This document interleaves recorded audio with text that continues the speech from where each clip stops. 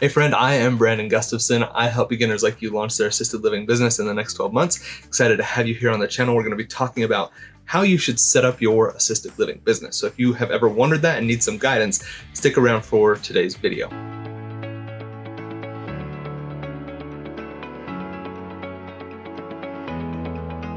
Hey friend, welcome back to the video. Before we get started, I want to remind you to get over to the website assistedlivinginvesting.net and grab our free underwriting calculator. It's going to help you understand if you have a profitable business in front of you or not. So go check that out and get that free resource. Let's get into the topic for today's video. Today we're going to be talking about how you should set up your business for assisted living. And this is a topic I hear all the time. I see a lot of people that want to know this information. Would love to see what I can do to help you out. If you have specific structures that you're considering, comment those down below. I would love to hear from you. Are you an LLC, S Corp, sole prop? What do you want to do? Now, I need to also qualify all of this here, everything that I'm saying here.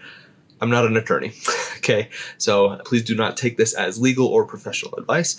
I highly suggest that you talk to an attorney as you are setting these things up, because despite how much it may cost you to use them to get things set up, it will be done correctly and will match what you need for your specific situation.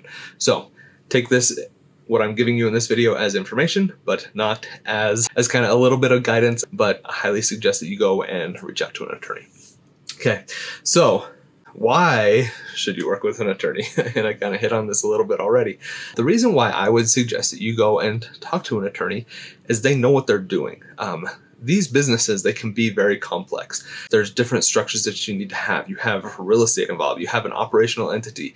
You're dealing with people's lives. It's healthcare. There's just so many complexities to this. There probably are partnerships as you're getting into this. Just a lot that goes into this.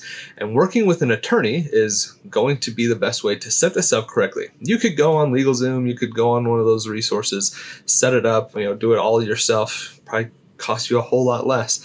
But then, are you confident that when somebody comes and you have a resident fall and their family starts to sue you, that you have everything in place and you feel confident that your personal assets are protected? If you feel like you're good, then, that's a personal decision. For me, I get a lot of peace of mind in knowing that my entities are set up correctly, so that if something were to happen with a resident or staff member or something like that, everything that I have that's important to me is protected because of the way that we have spent our time to get things set up. The biggest reason why I would do that is to protect yourself. It allows you to ensure that it is done correctly. All the paperwork's filed at the right spots and everything with the state, and you don't have to worry about it. Did I do that? Did I check this box? Is everything good there?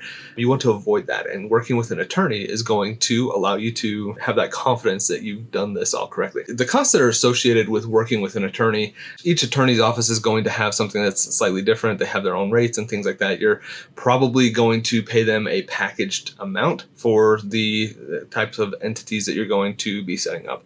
Oftentimes, the very first entity you set up is going to be a little more expensive because they have to gather all the information, have to put it all on file, and personal info and blah, blah, blah, all the things that go into that.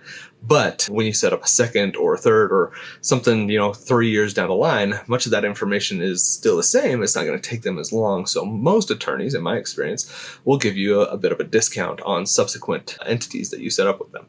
So price-wise, you could be looking at, LegalZoom, couple $100. But if you go the route of working with an attorney that specifies in this, you could go from a few $100s to tens of thousands of dollars is what you could find. Places that I have looked at are typically going to be between that like $800 and $2,500 range is what you could expect to do.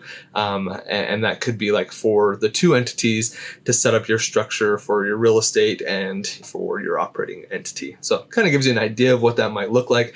It is an expense, but again, like we were talking about, something that I think is worth the money in getting things set up and protecting your privacy and all of the things that come with having these entities in place. I do have a couple recommendations for people. Now, if you are an attorney, you're watching this, or you have worked with another one, I would love for you to comment down below which attorney's office you have worked with. I want everybody to understand that these are not personal recommendations, and your experiences may vary with these different entities, these different companies that you could work with, attorneys' offices and things like that. Don't get mad at somebody for telling you that they had a great experience with somebody and you had a crappy experience. Those are individual experiences. So, treat everybody kindly. Now, the people that I am aware of, that one of them I've worked with and the other one I've watched a lot of their content. The one I've watched a lot of content on is Clint Coons. If you search like Clint Coons assisted living, you're going to find a whole bunch of legal videos specifically about assisted living. Very helpful resource. So highly recommend that you go and check those guys out. They seem to know what they're doing, have some really good information. I have not personally worked with them, but have been very impressed by the information that they put out online. The other one that I follow is KKOS. This is who I work with. Mark Kohler is kind of the face of KKOS, and Mark J. Kohler, he has a bunch of stuff. He's also a CPA, so he does accounting and kind of does a little bit of incorporating of those things together. That's who we have worked with. Our specific attorney, his name's Kevin. He's awesome. He's down in Arizona. A really great guy and has helped us out with a ton of situations and has helped us through the process. So I highly recommend KKOS. I've had a great experience. I can give you a personal recommendation there that they know what they're doing. But check out both of those, do your research. And again, if you have worked with somebody else, comment that down below. Would love to hear your experience working with different attorneys, and people can research them themselves. So, share that down below. Now, let's talk about some of the different entity types that you might consider as you're getting into assisted living and what that might look like for you.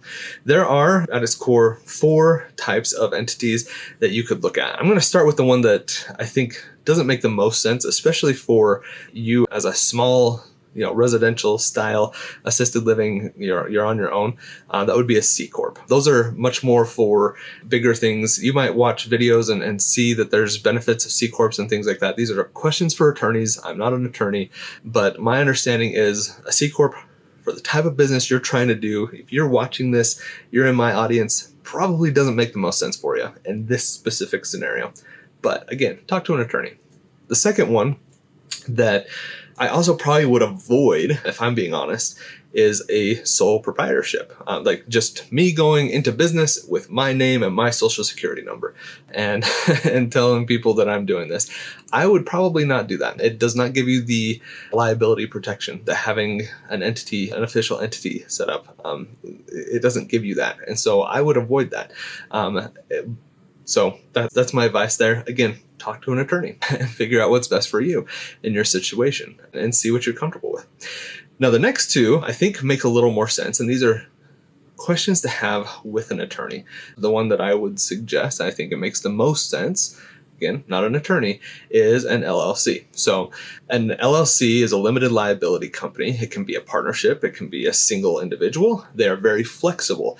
It allows you to have anonymity. It allows you to have protection, liability protection in the event that something happens, a resident falls, something happens. It allows you to have that added protection, which is going to just give you that peace of mind that things are in place. You can have LLCs in different states.